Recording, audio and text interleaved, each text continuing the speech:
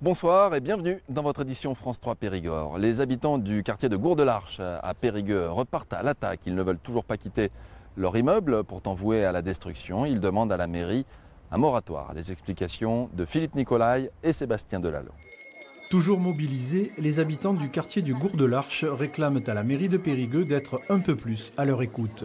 Promis à la démolition, les immeubles abritent encore quelques familles déterminées à ne pas se laisser faire. Reçu samedi en mairie, une délégation a demandé un moratoire en raison de la loi du 7 août dernier sur la nouvelle organisation du territoire.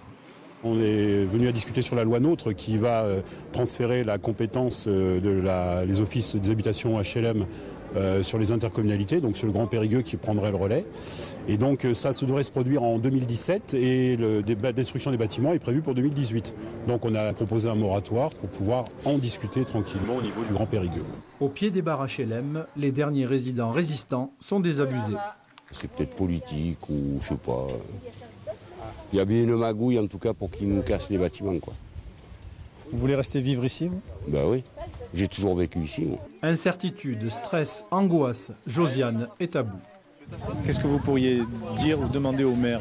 De faire une démolition partielle comme c'était prévu au départ et de revoir un peu ses positions et d'être plus prévenant et moins autoritaire. De son côté, Antoine Audy étudie le statut juridique de la gestion des HLM qui passera en 2017 sous contrôle de l'agglomération.